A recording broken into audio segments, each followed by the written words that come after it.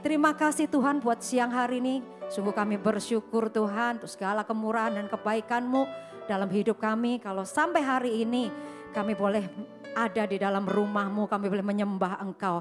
Kami boleh mendengarkan pesan firman-Mu. Terima kasih biar pengurapan dari tempat yang maha tinggi mengalir atas setiap hidup kami. Jadikan setiap hati kami menjadi tanah-tanah yang subur. Ketika benih firman-Mu ditaburkan siang hari ini, boleh bertumbuh dan berbuah-buah lebat di dalam kehidupan kami. Terima kasih, terpujilah nama-Mu di dalam nama Tuhan Yesus. Sama-sama katakan, amin. Silakan saudara duduk kembali. Apa kabar? Terima kasih, silakan duduk kembali. Luar biasa. Jadi langsung saja karena mengingat waktu, ini memang agak panjang sekali, makanya kenapa saya kasih part 1 hari ini ya. Nah, saudara, tema hari ini adalah Mighty Warriors ya, prajurit yang perkasa kalau diterjemahkan di dalam bahasa Indonesia. Nah, siapa yang mendapat sebutan Mighty Warrior itu? Secara umum yaitu seseorang, ya bisa dilanjutkan slide-nya. Nah, seseorang yang memiliki kekuatan fisik dan mental yang luar biasa, itu disebut Mighty Warrior atau prajurit yang perkasa. Nah, ini sering dikaitkan dengan kondisi sebuah peperangan, saudara. Dan memang kehidupan kita ini manusia, sebenarnya kita ini hidup dalam peperangan atau pertandingan setiap hari. Amin, saudara. Benar ya? Oleh sebab itu Rasul Paulus katakan ya di 2 Timotius 4 ayat 7, aku telah mengakhiri pertandingan yang baik, aku telah mencapai garis akhir dan aku telah memelihara iman. Ya, ini ayat favorit di mana saudara? Berita duka. Enggak tahu semua kayaknya kalau berita duka tuh yang buat berita duka tuh sukanya pakai ayat ini. Ya, juga ada di nisan-nisan kuburan. Nah, itulah Rasul Paulus sendiri mengatakan seperti itu, saudara. Nah, ketika saya menyiapkan bahan hari ini, saya bukan diingatkan, sebenarnya saya selalu ingat, tapi ini yang waktu saya menyiapkan Tuhan kembali ingatkan, begitu ya. Jadi beberapa belas tahun yang lalu Tuhan tuh kasih mimpi ke saya, dan mimpi itu sangat-sangat jelas. Nah, saya memimpikan gembala saudara ya, salah satu dari gembala kita yaitu Pak Purba ya. Saya memimpikan dia, waktu itu kita semua sebenarnya ada pengerja, jadi kayak di sebuah arena pertandingan, memakai seragam olahraga, kaos putih, celana putih, semua kita di dalam satu arena pertandingan. Nah, pada saat itu tiba saatnya diumumkan juaranya. Yang keluar sebagai pemenang adalah Pak Purba atau Om Purba ini. Saya sampai hari ini ingat banget ketika dia dipakaikan sabuk. Saudara tahu seorang petinju itu pakai sabuk yang besar ya. Kayak ada tengahnya ada kayak permatanya gitu atau emas ya, pakai sabuk emas. Kemudian dia memegang sebuah piala yang sangat besar, pialanya tuh berkilo-kilo, saudara. Nah, saya sampai hari itu ingat bahwa hari itu saya mendapat mimpi tentang Pak Purba ini. Dan memang beberapa belas tahun yang lalu pada saat saya menerima mimpi ini, Pak Purba dalam kondisi masih sekuler. Dia bekerja di sebuah perusahaan, dan kalau saudara mungkin sering dengar kesaksiannya bagaimana dia menjaga hidupnya sedemikian rupa, kita bisa mengaminkan bahwa itu benar yang Tuhan kasih mimpi ke saya. Artinya dia keluar sebagai pemenang. Ya, dia menerima sabuk yang berkilo-kilo, dia menerima piala yang besar, dan itu menandakan sebuah kemenangan. Dan hari ini Tuhan itu kayak hari-hari ini Tuhan tuh ingin saya menyampaikan ini juga buat saudara. Ya, makanya kita hari ini belajar tentang nanti Mighty Warrior ini. Nah, saudara, namun sebelumnya Paulus itu menegaskan di Efesus 6 ayat 12 bahwa perjuangan kita itu bukanlah melawan darah dan daging. Ini dikatakan demikian, saudara. Karena perjuangan kita bukanlah melawan darah dan daging, tetapi melawan pemerintah-pemerintah, melawan penguasa-penguasa, melawan penghulu dunia yang gelap ini, melawan roh-roh jahat di udara, saudara. Ini bukan berbicara kita itu melawan pemerintah, saudara. Kita harus tahu ya, kita baca secara sungguh-sungguh, yang dimaksudkan di sini adalah pemerintah melawan penguasa-penguasa, melawan penghulu-penghulu dunia yang gelap ini. Nah, dunia yang gelap ini adalah gambaran, tatanan atau pola kehidupan di dunia ini. Apapun itu yang bertentangan dengan kehendak Tuhan, itu yang dikatakan dunia yang gelap. Atau pola atau tatanan kehidupan yang bertentangan dengan kehendak Tuhan. Dan kalau kita tidak melawannya atau menjadi oposisinya, maka itu akan menguasai kehidupan kita, bahkan membuat kita itu terhilang, saudara. Gak kenal Tuhan. Dan kalau kita itu saudara, begitu saudara, kita sama-sama orang yang benar-benar meninggalkan Tuhan. Oleh sebab itu siang hari ini, kita mau sama-sama belajar, makanya saya kasih subtemanya Step to Victory, saudara. Langkah untuk menuju kemenangan. Tadi dikatakan bahwa lawan kita tuh bukan darah dan daging, artinya bukan secara fisik. Nah, apa berarti lawan kita ini?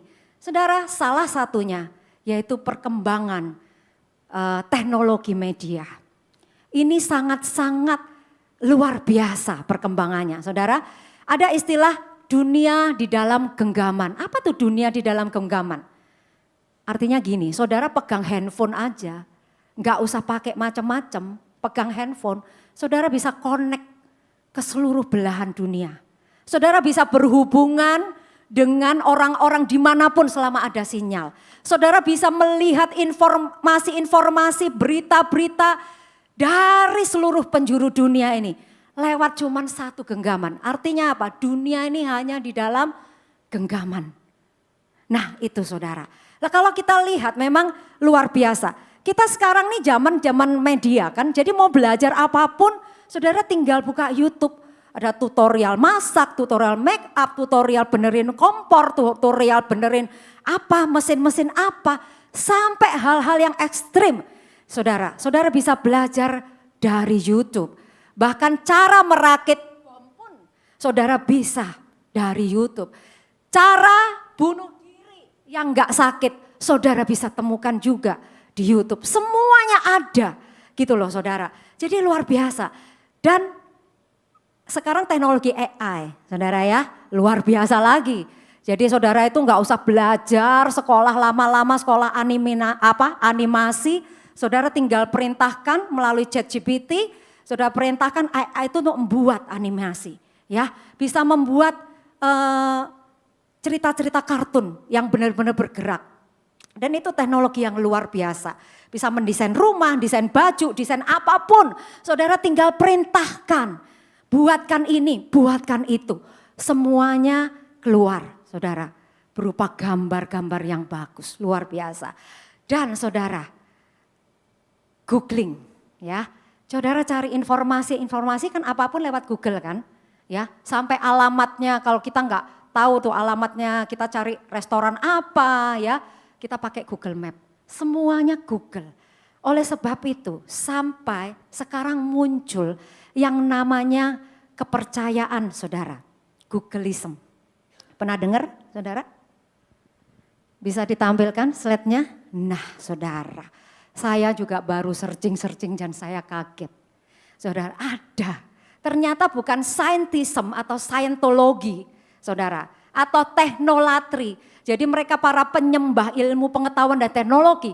Sekarang ternyata ada namanya Googleism dan mereka ada gereja yang dinamakan The Church of Google saudara.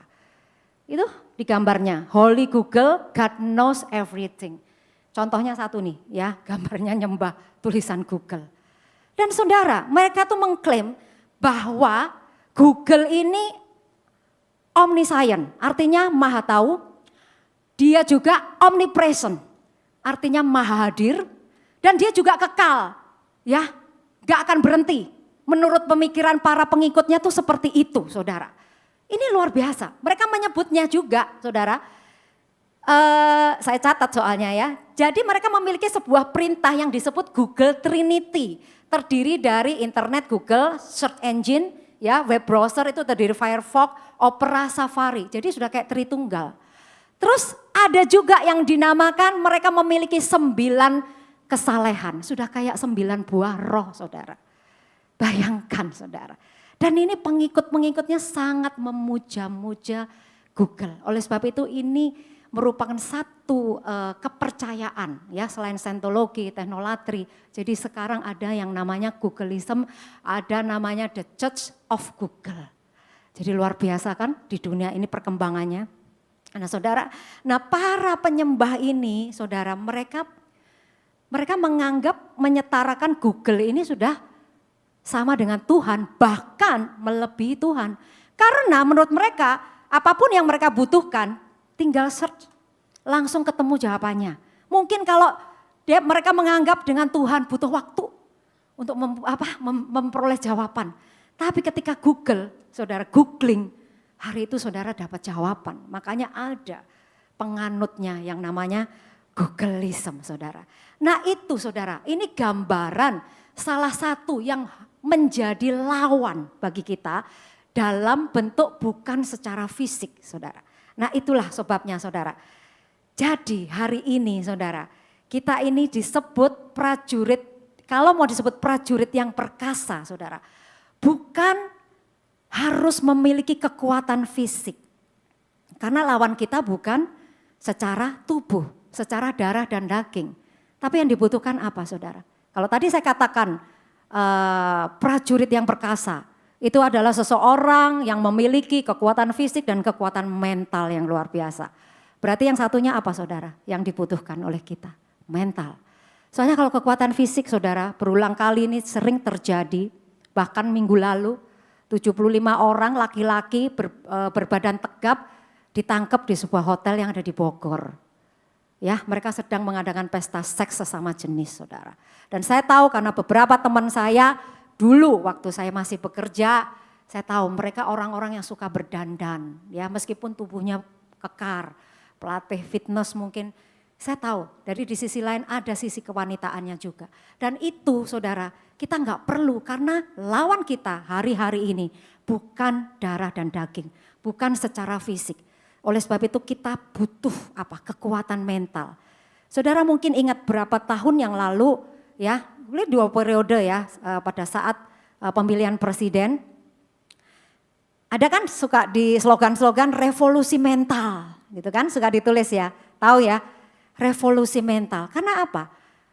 Mereka berpikir bahwa kalau mental anak-anak Indonesia ini, bangsa Indonesia ini benar, ya pasti menghasilkan suatu bangsa yang kuat. Amin. Suatu bangsa yang aman, suatu bangsa yang maju. Karena semuanya dimulai dari mental. Nah sekarang kita lihat apa sih mental itu? Ya mungkin nggak ada di layar, tetapi saya catat di sini keadaan pikiran atau jiwa seseorang yang mencakup emosional, kognitif. Kognitif itu adalah cara berpikir, ya, persepsi, cara pandang terhadap suatu objek, ya bisa bentuk orang atau masalah, dan akhirnya direfleksikan ke dalam perilaku orang tersebut, saudara. Jadi mental yang lemah, mental yang rusak akan menghasilkan orang-orang yang jiwanya lemah juga.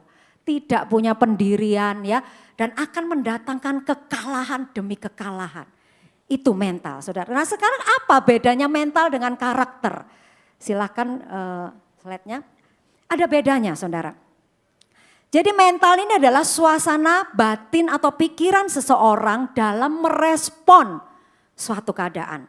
Kalau karakter itu kumpulan sifat, watak, nilai-nilai yang mendasari perilaku seseorang. Tetapi dua ini tidak bisa dipisahkan di dalam kehidupan manusia. Jadi saling berhubungan saudara. Orang yang mentalnya kuat, sehat akan mendukung seseorang untuk memiliki karakter yang baik. Dan sebaliknya karakter yang kuat akan mendukung kesehatan mental seseorang. Jadi dua-duanya ini harus benar.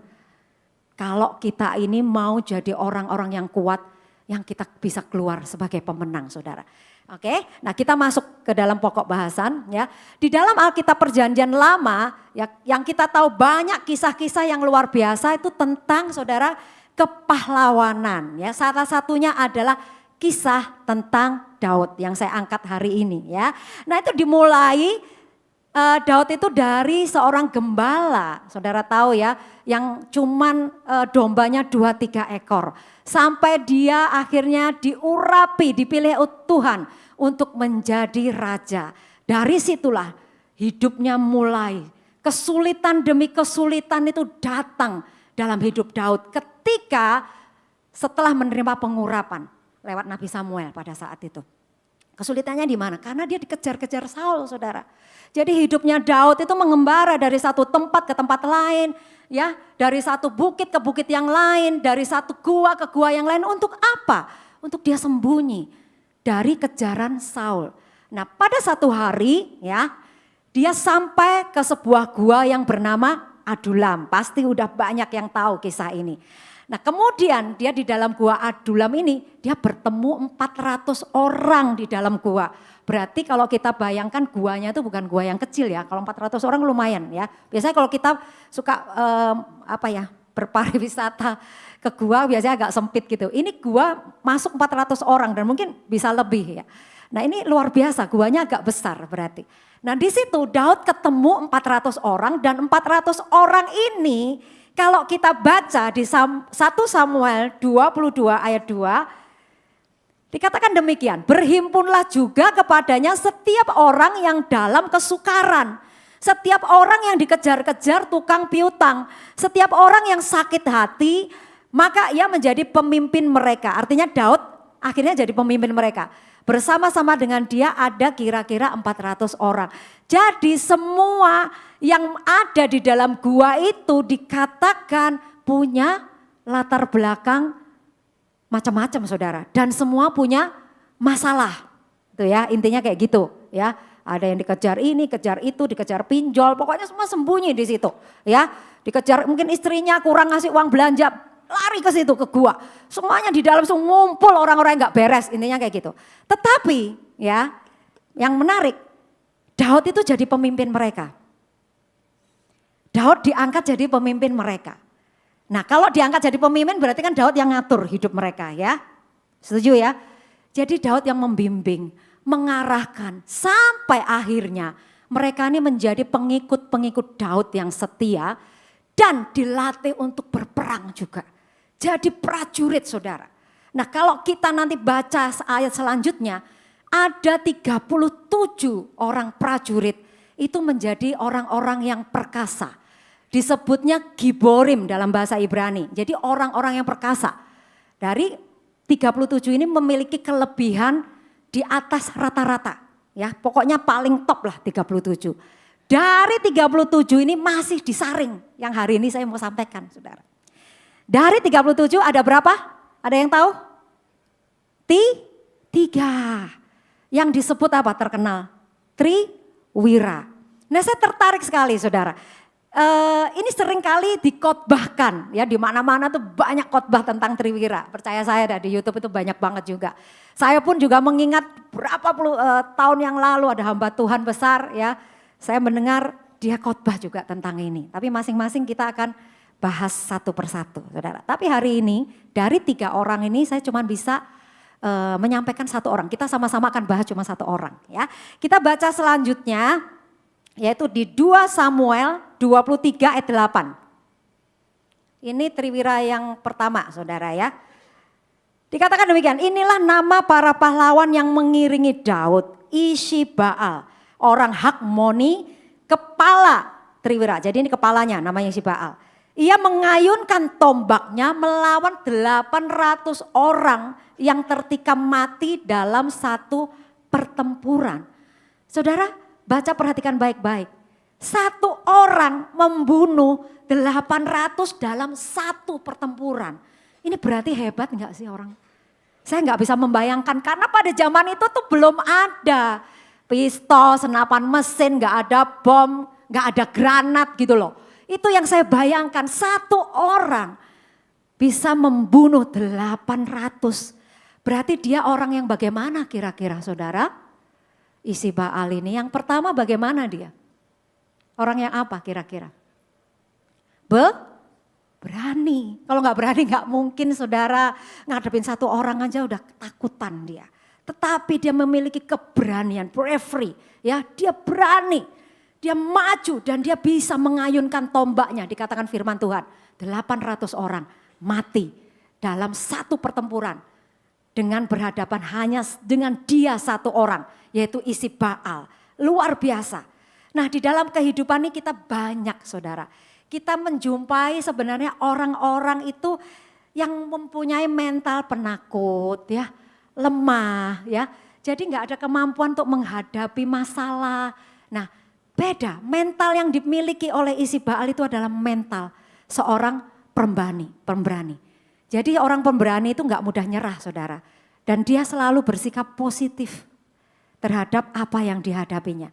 Oke, nah beberapa tahun yang lalu saudara, saya diingatkan kembali saudara. Ada seseorang ya, jadi nggak ada kalau apa ya, dia itu nggak berani ya. Orangnya mentalnya penakut sekali, nggak berani ngadepin orang saudara. Tapi yang aneh beberapa waktu ini saya ketemu dia menjadi orang yang berani. Berarti mental penakut itu bisa diubahkan nggak saudara? Bisa, amin saudara, bisa diubahkan. Nah saudara, apa yang harus kita miliki saudara? Supaya kita ini punya mental pemberani. Sama dengan isi Baal, meskipun yang kita perangi itu bukan secara fisik kita. Nah secara umum kita tuh mesti berani apa ya? Sebagai orang-orang muda, kita harus berani melawan arus saudara. Seperti yang dilakukan oleh siapa? Daniel, Sadrak, ya, Mesak dan Abednego. Saudara baca sendiri kisahnya. Soalnya kalau satu-satu kita bahas pasti akan makan waktu. Nah berani menghadapi tantangan ya seperti Gideon. Gideon ini dulunya minderan orangnya, suka sembunyi ya. Tetapi suatu saat dia diangkat jadi hakim. Dia berani menerima tantangan. Dia menjadi orang yang percaya diri. Kemudian berani menerima tanggung jawab. Bukan tanggung jawab kecil, tapi tanggung jawab yang besar. Siapa contohnya saudara? Musa ya. Kemudian berani mempertahankan kebenaran. Yaitu Daniel juga saudara. Dan juga Yohanes Pembaptis. Yohanes Pembaptis ini dia berani berpegang kepada kebenaran saat dia menegur Raja Herodes. Saat Raja Herodes itu menikahi, mengawini siapa saudara? Iparnya ya, karena itu melanggar ketetapan dari Tuhan. Akhirnya Yohanes Pembaptis ini diapain saudara? Dihukum mati ya. Nah kemudian yang kelima saudara, berani kehilangan, ya ini buat kita-kita ini anak-anak muda, teman-teman atau lingkungan yang toksik. Ini penting saudara ya. Kita harus berani mengambil langkah untuk meninggalkan teman-teman kita yang toksik. Yang meracunin hidup kita. Yang membuat kita itu jadi orang yang lembek, yang lemah. Itu harus kita tinggalkan saudara. Yusuf berani meninggalkan lingkungannya. Karena saudara-saudaranya itu jahat, suka iri sama dia. Akhirnya dia bisa hidup sendiri dan diberkati. Karena dia saudara meninggalkan itu dan dia orang yang tetap takut akan Tuhan. Nanti kita akan bahas selanjutnya. Nah tapi saya akan menjadikan ya dari sekian poin yang saya sampaikan tadi cukup menjadi 2 poin dalam kehidupan kita secara kerohanian ini. Nah sebuah ini saudara, yang pertama yaitu berani percaya. Kita lihat yang pertama ini berani percaya. Dari sekian tadi saya sudah rangkum jadi 2 aja hari ini. Yaitu berani percaya. Berani percaya itu adalah sebuah tindakan iman disertai keberanian untuk berpikir dan bertindak atau berperilaku sesuai dengan firman Tuhan. Saya ulangi saudara ya, berani percaya itu sebuah tindakan iman disertai keberanian untuk berpikir ya, bertindak, berperilaku sesuai dengan kebenaran firman Tuhan. Atau singkatnya gini loh saudara, mempercayakan segenap kehidupan kita ini kepada Tuhan ya. Apakah itu mudah saudara? Jawabnya mudah atau sulit saudara? Sulit ya. Ada hal-hal yang diperlukan saudara untuk bisa mencapai itu. Saudara di tengah tekanan yang berat kita nggak gampang loh saudara. Nah kita akan lihat ya.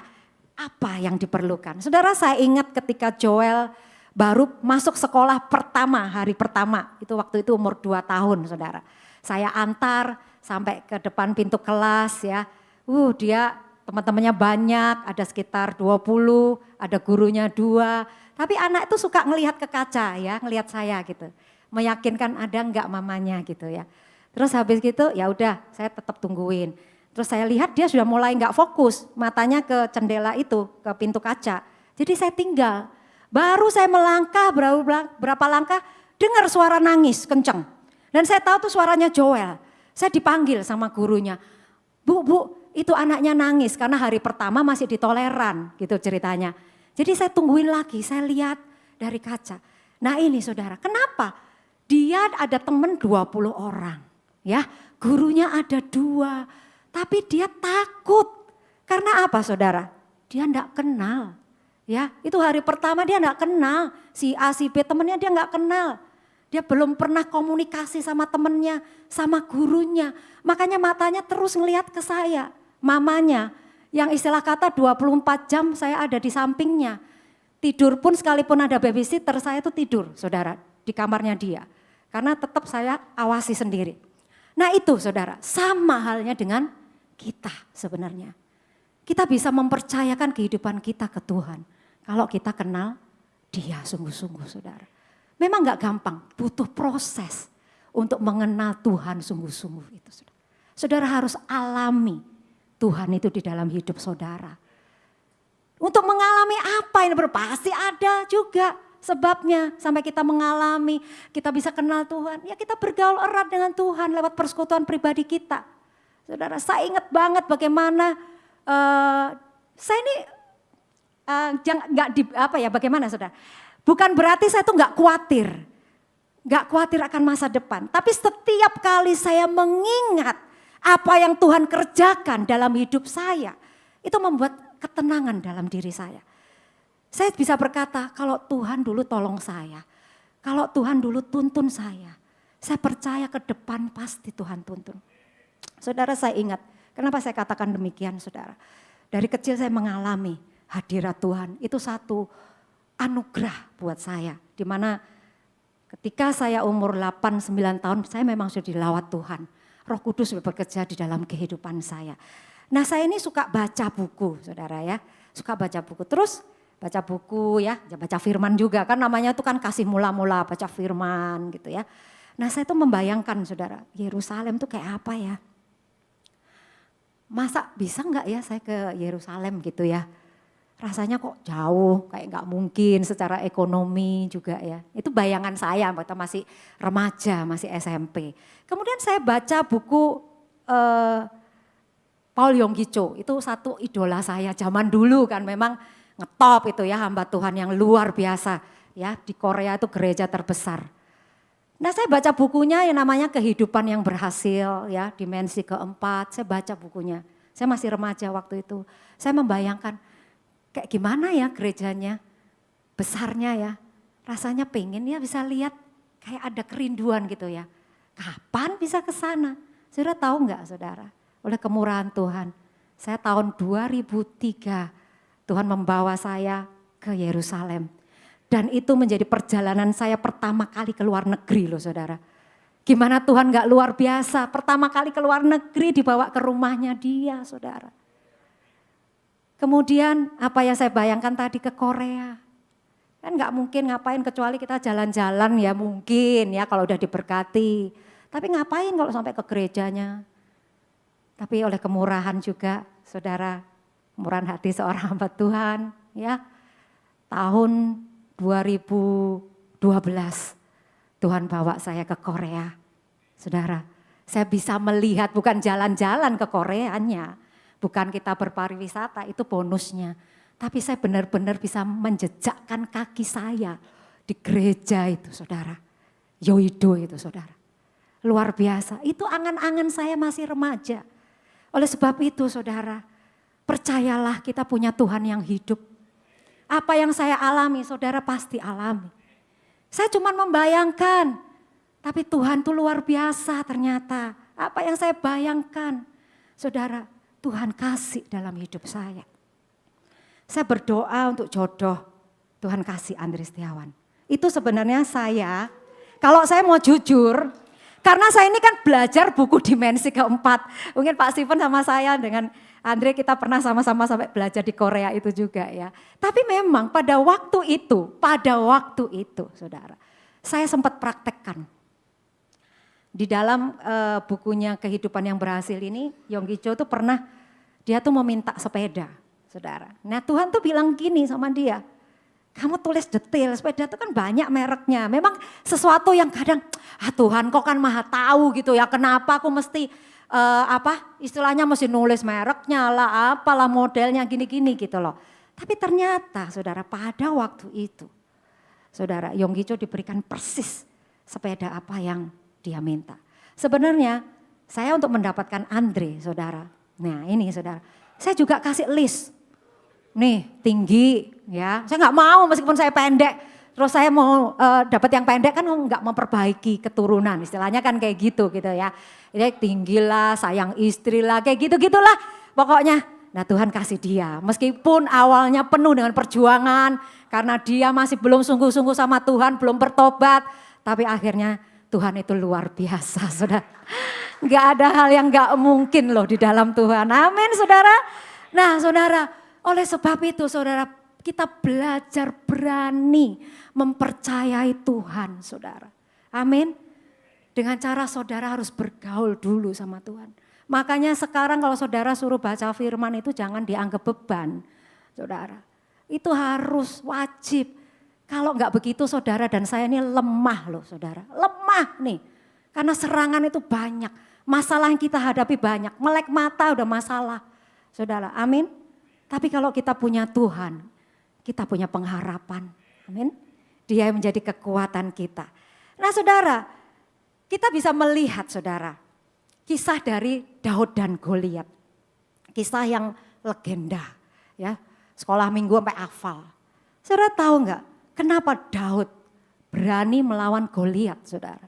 Goliat itu secara fisik jauh melebihi Daud. Ya, secara kemampuan jauh saudara, karena memang dia itu tentara yang dilatih sungguh-sungguh untuk berperang. Dan dia disebutnya raksasa, tingginya berkali-kali lipat dari Daud. Tetapi kenapa Daud itu saudara berani? Kita baca firman-Nya ya. Apa yang menjadi Daud itu berani saudara? Dikatakan demikian saudara. Ada di slide-nya?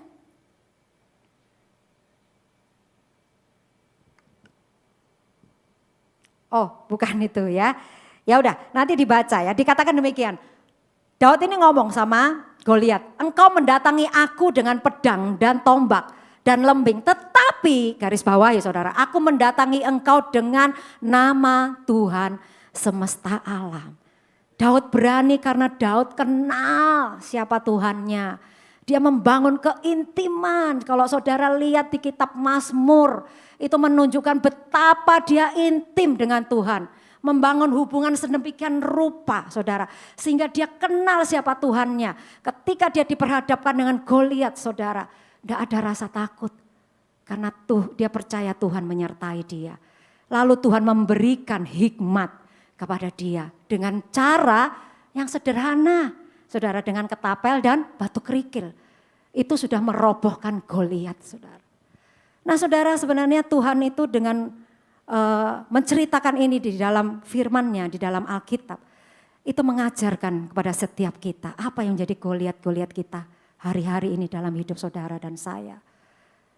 Kalau kita kenal Tuhan, Tuhan pasti menyertai, amin. Tuhan pasti memberikan cara.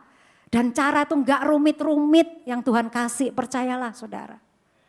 Seperti apa yang Tuhan kasih kepada Daud. Hanya dengan ketapel dan batu kerikil sudah bisa merobohkan Daud. Jadi apapun masalah kita harus berani mempercayakan kepada Tuhan. Amin saudara. Nah kita lihat kisah yang selanjutnya.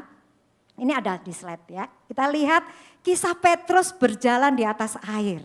Ya, kita ambil dari Matius 14 ayat 26 sampai 31. Sama-sama kita baca ya. Ketika murid-muridnya melihat dia berjalan di atas air, mereka terkejut dan berseru, "Itu hantu." Lalu berteriak-teriak karena takut. Tetapi segera Yesus berkata kepada mereka, tenanglah, aku ini, jangan takut. Lalu Petrus berseru dan menjawab dia, Tuhan, apabila engkau itu, suruhlah aku datang kepadamu, berjalan di atas air. Kata Yesus, datanglah. Maka Petrus turun dari perahu dan berjalan di atas air mendapatkan Yesus. Tetapi, garis bawah ya saudara, ketika dirasanya tiupan angin, takutlah ia dan mulai tenggelam. Lalu berteriak, Tuhan tolonglah aku. Segera Yesus mengulurkan tangannya, memegang dia dan berkata, hai orang yang kurang percaya, mengapa engkau bimbang? Apa yang ingin Tuhan ajarkan saudara kepada kita melalui kisah ini? Fokus kepada masalah saudara, itu menjadikan kita bimbang. Amin. Khawatir, apalagi takut seperti yang dialami Petrus. Ketika dia merasakan tiupan angin, dia mulai takut saudara. Waduh gimana ya, aku ini bisa tenggelam nih. Padahal kalau dia bisa fokus kepada Yesus yang berdiri di seberangnya, dia akan jatuh enggak saudara? Tidak. Tuhan mengajarkan kepada kita. Bukan kita enggak mau tahu persoalan yang kita hadapi. Tapi kalau kita terus fokusnya ke masalah saudara, itu akan menjadikan kita tambah takut, tambah khawatir, tambah khawatir. Tapi kalau kita belajar untuk bisa memfokuskan pandang kita kepada Tuhan, pandangan kita kepada Tuhan. Itu yang menjadikan kita kuat saudara.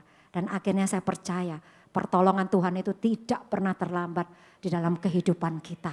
Itu menjadikan kita kuat dan keluar sebagai para pemenang saudara. Amin saudara, kita harus menghadapi dengan mata iman. Kita harus berani melangkah dengan mata iman. Karena kita percaya kita punya Tuhan yang jauh lebih besar dari masalah-masalah yang kita hadapi saudara ya. Nah dalam menghadapi persoalan apapun yaitu dibutuhkan keberanian. Melangkah dengan iman saudara ya. Nah kemudian di 2 Timotius 1 ayat 7 dikatakan, sebab Allah memberikan kepada kita bukan roh ketakutan, melainkan roh yang membangkitkan kekuatan, kasih, dan ketertiban. Saudara, ada berapa banyak kata jangan takut di dalam Alkitab saudara yang tahu? Angkat tangan, berapa banyak saudara? Pernah enggak ngitungin? Tuhan ngomong jangan takut ada berapa banyak di Alkitab? 365. Ini enggak kebetulan saudara. Amin. Artinya setiap hari Tuhan tuh mau kasih tahu ke kita, jangan takut nak, jangan takut nak, besok lagi jangan takut nak, besok lusa jangan takut nak. Sampai sepanjang tahun Tuhan ingin kita tuh ingat bahwa hari ini Tuhan ngomong jangan takut. Besok ngomong lagi Tuhan itu jangan takut. Ini sebagai pengingat saudara dan saya bahwa Tuhan itu yang selalu menyertai kehidupan kita. Amin saudara. Oleh sebab itu jangan takut ya. Nah saudara, iman itu harus disertai dengan hikmat. Ya Pak ya saudara. Apa kita mau ngawur-ngawuran saudara? Wah saya rasa Tuhan suruh saya ke sana. Saudara, perasaannya kita sendiri. Kita butuh waktu untuk kita benar-benar mengkonfirmasi. Kalau Tuhan misalkan saudara merasa Tuhan suruh A. Ya apa itu benar? Atau saudara disuruh apalah atau menghadapi apa, dalam menyelesaikan apa, diperlukan hikmat yang dari Tuhan. Amin saudara. Firman Tuhan tuh katakan gini saudara. Rasul Paulus sendiri berkata di dalam 1 Korintus 9 ayat 26, itu enggak ada di slide. Sebab itu aku tidak berlari tanpa tujuan dan aku bukan petinju yang sembarang saja memukul. Ya kalau isi bal tadi ngawur-ngawuran saudara. Dia istilahnya mengayunkan tombaknya asal-asalan, saudara dia yang bakal mati, saya percaya itu. Tetapi dia punya hikmat tentunya, sampai dia bisa menghabisi 800 orang musuhnya saudara. Artinya apa? Di dalam kehidupan kita tetap dibutuhkan yang namanya hikmat. Jadi jangan ngawur. Mengapa? Karena hikmat itu diperlukan untuk memahami situasi. Oke? Memahami kesalahan, menghindari kesalahan yang fatal. Di dalam mengambil sebuah keputusan, kita perlu hikmat. Dan hikmat itu harus datangnya dari Tuhan. Ya, Yakobus 1 ayat 5 dikatakan demikian. Tetapi apabila di antara kamu ada yang kekurangan hikmat, hendaklah ia memintakannya kepada Allah yang memberikan kepada semua orang dengan murah hati dan dengan tidak membangkit-bangkit. Maka hal itu akan diberikan kepadanya. Dari mana datangnya hikmat, saudara? Dari Tuhan melalui firman-Nya. Atau Tuhan bisa ngomong sendiri sama saudara, taruh sesuatu di dalam hati saudara, ya, atau secara audible, apapun itu. Tapi hikmat yang kita punya harus hikmat yang dari Tuhan, bukan hikmat yang dari dunia ini. Kita masuk ke bagian yang kedua secara cepat ya saudara ya. Yang kedua tadi berani percaya. Yang kedua ini berani berkata tidak. Ya, kita tentu sering membaca kalimat-kalimat seperti itu. Say no to drug ya. Katakan tidak pada narkoba ya. Katakan tidak pada korupsi ya. Ternyata kata tidak ini memiliki makna yang begitu penting dan sangat berharga bagi kehidupan manusia. Ya, sehingga banyak dibahas di seminar ya, banyak buku-buku yang membahas tentang kekuatan ya dari kata tidak. The power of no, saudara ya. The power of positive no, learning to say no. Itu adalah buku-buku yang banyak beredar. Bahkan termasuk Robert Liardon sendiri saudara. Menuliskan sebuah buku yang berjudul Learning to say no without apa saudara? Feeling guilty. Ya, belajar berkata tidak tanpa merasa bersalah. Itu yang dikatakan Robert Liardon. Tapi sayang ya, dia pada satu saat dia sempat jatuh karena dia tidak bisa berkata tidak terhadap nafsunya saudara. Nah saudara, sebenarnya saudara pernah nggak saudara tuh diperhadapkan sebenarnya pengen ngomong tidak. Tapi karena nggak enak ya, sungkanlah segala sesuatu. Akhirnya saudara berkata iya ya. Padahal kata iya itu seringkali justru akan membawa kepada keadaan yang bukan saja nggak menyenangkan atau membuat kita justru menderita saudara. Tapi kita juga bisa membuat kita menyesal dengan kata ya itu saudara. Apalagi kalau kita tiba-tiba ngeyain kata-kata dari iblis saudara. Seperti yang dilakukan siapa saudara? Adam dan Hawa, terutama Hawa saudara. Hawa ketika dia bertemu dengan iblis yang bentuknya dari ular. Dia harusnya tuh bilang tidak. Tetapi iblis itu bisa mengubah jawaban daripada Hawa itu jadi iya. Ketika apa saudara? Iblis itu membujuk untuk makan buah pengetahuan itu saudara. Dikatakan kalau kamu makan buah pengetahuan yang baik ini, kamu akan jadi seperti Allah. Ya, oleh sebab itu Hawa kalah. Dia akhirnya kalah dengan apa yang Tuhan pesankan, perintahkan. Tapi dia lebih menuruti perkataan daripada iblis. Kejadian 2 dikatakan ayat 17, tetapi pohon pengetahuan tentang yang baik dan yang jahat itu janganlah kau makan buahnya. Sebab pada hari engkau memakannya pastilah engkau mati. Tuhan tuh sudah wanti-wanti seperti itu saudara. Di Amplified Bible, New King James dikatakan you shall not eat. Kamu tidak boleh makan. Ya, kata pertama kata tidak itu dari mulut Tuhan sendiri. Saudara, yaitu pada saat peristiwa Adam dan Hawa ini ya. Kamu tidak boleh makan ya. You shall not eat ya. Kamu tidak boleh makan. Tapi akhirnya Hawa kalah. Nah, saat itu saudara, akhirnya apa saudara? Adam dan Hawa dibuang keluar dari Taman Eden dan dia kehilangan fasilitas yang harusnya dia itu terima dari Tuhan ya. Pada akhirnya seperti itu saudara. Nah, kata ya kepada siapa kita tuh harus berkata tidak saudara. Slide selanjutnya. Yang pertama yaitu berkata tidak kepada kedagingan kita atau dosa. Nah, tadi dikatakan Paulus ya saudara, kita baca ya. Seperti yang dikatakan Paulus saudara. Ada ayat selanjutnya? Nah ini perbuatan daging ya saudara, sebenarnya gak usah dibaca juga gak apa-apa. Jadi ini Galatia 5 ayat 19 ayat 21, saudara nanti baca sendiri di rumah untuk menyingkat waktu. Ya ini yang saya maksud supaya kita berkata tidak terhadap perbuatan daging. Nah kemudian selanjutnya saudara, jangan dulu kembali ya, slide-nya kembali. Oke saudara. Nah saudara Kalau kita lihat di Alkitab banyak orang-orang yang gagal juga berkata tidak ya. Contohnya ada Daud ya. Diawali dia berkata iya lewat matanya pada saat dia lihat Batseba mandi ya, ketika dia lagi jalan-jalan di Sotoruma ya. Kemudian siapa saudara? Yudas Iskariot ya, dia adalah gambaran orang yang berada dekat dengan Tuhan loh. Padahal dia murid Tuhan, dia ring satunya dari Tuhan Yesus sendiri. Tapi dia nggak bisa berkata tidak terhadap dosa kerakusan. Akhirnya dia jatuh juga saudara. Nah kemudian saudara, siapa orang-orang yang berhasil berkata tidak? Tentu kalau kita lihat lagi ya Daniel ya.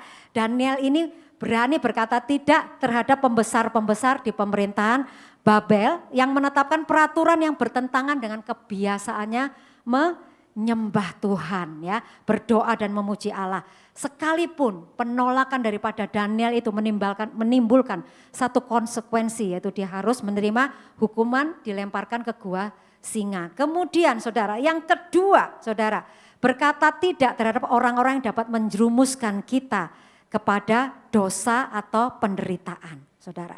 Di Amsal 1 ayat 10 sampai Amsal 1 ayat 10 dan 15 dikatakan demikian.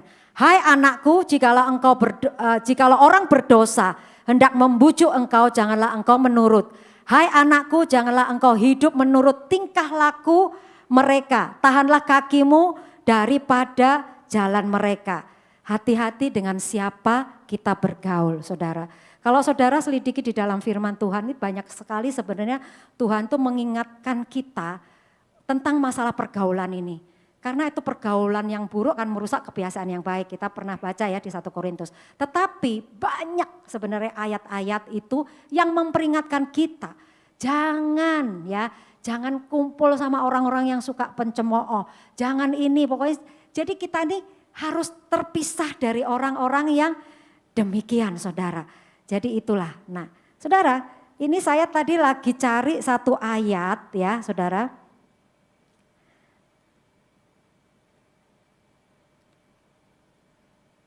Nah saudara, ini kata Paulus saudara, memang gak mudah saudara ketika ya kedagingan itu saudara muncul di dalam kehidupan kita. Paulus sendiri tuh berkata di Roma 7 ayat 19. Sebab bukan apa yang aku kehendaki, yaitu yang baik yang aku perbuat, melainkan apa yang tidak aku kehendaki, yaitu yang jahat yang aku perbuat. Kemudian kita loncat di ayat 22 dan 23. Sebab di dalam batinku aku suka akan hukum Allah. Tetapi di dalam anggota-anggota tubuhku aku melihat hukum lain yang berjuang melawan hukum akal budiku. Dan membuat aku menjadi tawanan hukum dosa yang ada di dalam anggota-anggota tubuhku. Saudara, memang gak mudah saudara. Kita pengennya hidup kudus, benar? Semua pengennya begitu kan? Tapi kan godaan itu banyak. Kalau ketika kedagingan kita itu lemah saudara, kita bisa ngalami dengan apa yang dikatakan Paulus. Pengennya aku begini, tapi akhirnya aku begini gitu loh saudara. Melakukan sesuatu yang gak berkenan di hadapan Tuhan sebenarnya. Padahal aku tahu itu gak berkenan di hadapan Tuhan. Tapi dagingku karena lemah. Oleh sebab itu saudara, sebagai anak-anak Tuhan, saya lihat di sini hampir 99% kita semua pelayan Tuhan. Amin saudara. Bagaimana kita bisa menjaga supaya roh kita tuh lebih kuat dari daging kita. Kalau daging dikasih makan, makanan sehari-hari kita, sehari 3 kali, nasi, ayam goreng, ya rendang, itu makanan untuk daging kita. Nah kalau untuk roh kita supaya kuat gimana saudara? Firman Tuhan saudara. Firman Tuhan, bergaul erat dengan Tuhan saudara. Itu yang membuat roh kita kuat. Amin saudara, itu yang membuat kita bisa keluar sebagai pemenang dalam kehidupan ini. Saudara, kadang juga masalah hati, mumpung saya diingatkan. Kadang-kadang kita ini suka tersinggung ya kan, kita merasa aduh kok saya diperlakukan seperti ini. Saudara ingat fokusnya, saya juga ngalami kayak gitu tuh berulang kali saudara. Tetapi ketika saya fokus tuh begini saudara, aku harus menang. Aku harus menang. Jadi ketika saya bertekad untuk keluar sebagai pemenang, saya bisa mengabaikan apa yang saya rasakan. Saya bisa matikan itu saudara di dalam kehidupan saya. Sama saudara, kalau kedaginganmu mulai muncul, coba saudara berkata, aku harus keluar sebagai pemenang, aku harus menang. Ketika kita punya tekad untuk menang, saya percaya Tuhan pasti juga akan menolong kita untuk keluar sebagai pemenang. Akhirnya apa? Kita bisa meredam, menekan kedagingan kita, saudara. Kemudian yang terakhir, yang ketiga, saudara, berkata tidak terhadap hal-hal yang membuat kita jauh dari Tuhan, saudara. Apapun itu, saya nggak ngerti, saudara. Yang menyita waktumu, sebenarnya kamu tuh waktunya berdoa. Harusnya kamu banyak baca firman. Tetapi karena hobi, ya aku harus main game, aku harus begini, begitu, saudara. Akhirnya kita membuat kita jauh dari Tuhan. Saudara, beribadah hari Minggu aja tuh nggak cukup. Percaya saya deh, saudara. Kalau kita cuma datang ke gereja hari Minggu tuh nggak cukup, saudara. Kita masa mau makan, kita kedagingan kita sehari kita makan 3 kali loh, saudara. Ada yang 2 kali ya. Terus kita mau makanin rohani kita cuman sekali hari Minggu, seminggu sekali. Itu pun kalau saudara fokus sama ibadahnya, sama firman Tuhan yang disampaikan. Kan banyak kan juga nggak fokus toh. Ya Pak ya. Itu saudara. Kita perlu saudara. Berani berkata tidak. Amin. Yang pertama terhadap dosa, kedagingan. Amin. Ya saudara ya. Yang kedua terhadap apa tadi saudara? Masih ingat? Masih ingat saudara? Berkata tidak terhadap orang-orang yang bisa menjerumuskan kita kepada dosa. Tadi saudara, orang-orang yang toksik. Saya boleh cerita sedikit ya Andre ya. Andre punya kumpulan orang-orang yang toksik dulu saudara. Kalau Jumat itu dia bilang sama saya gini. Pokoknya kalau Jumat itu harinya aku sama teman-temanku. Nah itu teman-teman yang dia itu yang suka minum, mabuk itu toksik saudara. Tapi ketika bertobat luar biasa Tuhan bisa balikkan 180 derajat. Dia bisa meninggalkan benar-benar gak pergi loh. Luar biasa gitu loh. Jadi saya tuh bersyukur Tuhan tuh memang hidup saudara. Makanya saudara jangan sampai meninggalkan Tuhan. Biar sampai kita menutup mata kita saudara. Kita tetap berpegang teguh. Justru saya kemarin tuh sharing dengan Andre. Dengan perkembangan yang demikian luar biasa. Teknologi media ini. Gimana nanti anak-anak di masa depan. Kalau mereka ndak kuat kita kasih benar-benar landasan firman Tuhan. Sungguh-sungguh kita kuatin. Supaya dia benar-benar percaya sungguh-sungguh kepada Tuhan. Bakal hilang saudara. Ini enggak main-main. Mungkin saudara dan saya enggak begitu ini karena kita sudah melayani Tuhan. Tapi orang-orang yang di luar sana saudara. Yang enggak ke gereja, yang ngakunya cuman Kristen KTP. Gimana enggak gampang dilumat dengan perkembangan media seperti ini saudara. Oh ya saya lupa ya, dengan perkembangan media sudah muncul banyak NPD. Seperti yang tadi pagi Pak Steven bahas. Apa tuh NPD saudara? Narcissistic personality disorder saudara. Pencitraan yang berlebihan. Jadi dia haus pujian, haus dipuja-puja. Seperti yang dilakukan oleh hamba Tuhan yang diceritakan tadi. Kenapa saudara? Di luar di videonya dia bisa doain orang, ngurapin orang, ya bisa berbagi kasih, khotbahnya luar biasa, tapi pulang ke rumah dia mukulin istrinya dan anaknya. Dan itu dilakukan selama 20 tahun. Dan saya percaya enggak cuma dia tok saudara NPD, banyak NPD. Saat ini saudara, pencitraan sekalipun dia ada label hamba Tuhan. Nah kalau kita enggak hati-hati saudara, kita enggak mewaspadai hal-hal seperti ini saudara. Kita main percaya aja gitu. Makanya hati-hati tayangan di YouTube, kita harus bisa menyaring benar-benar. Amin saudara. Banyak sekali itu membuat toksik. Perkembangan media luar biasa itu menjadi bermanfaat bagi kita. Sangat-sangat bermanfaat. Tapi dengan adanya ini kejahatan juga banyak. Penipuan juga dilakukan lewat media. Benar saudara? Pembunuhan karakter, ya, perusakan mental, semua dilakukan lewat media. Berapa kali saya dengar saudara selegram, itu mati bunuh diri. Bukan karena apa saudara? Enggak kuat melihat, membaca komentar netizen. Komentar netizen itu bagi dia saudara benar-benar pembunuhan karakternya dia. Merusak mentalnya, akhirnya dia bunuh diri saudara. Ini loh saudara, buat saudara dan saya enggak apa-apa. Tapi tolong ajarkan, kalau saudara punya anak-anak saudara. Yang saya pikirkan, yang jadi pikiran saya tuh nanti ke depannya gimana. Kalau kita enggak benar-benar bekalin anak kita tuh firman Tuhan yang benar-benar saudara. Jadi ada landasan yang kuat untuk dia nanti tetap berpegang, percaya kepada Yesus itu satu-satunya Tuhan dan Juru Selamat. Kalau enggak hilang saudara. Nah dari situ juga kita didik anak kita. Kalau dia nanti menikah, dia punya anak. Dia juga harus menyampaikan itu kepada anaknya. Kalau enggak gitu saudara, generasi kita terputus. Generasi dalam arti generasi pengikut Kristus saudara, bukan generasi apa. Bisa saja cuma sampai anak kita, enggak ngerti cucu kita. Karena melihat perkembangan dunia yang sedemikian rupa saudara. Tatanan dunia gelap ini saudara yang harus kita lawan. Makanya kita harus punya mental yang kuat. Mental yang pemberani saudara. Pemberani apa? Tadi saya sudah sebutkan. Berani berserah kepada Tuhan. Amin. Berani berkata tidak terhadap apa yang tidak dikehendaki Tuhan.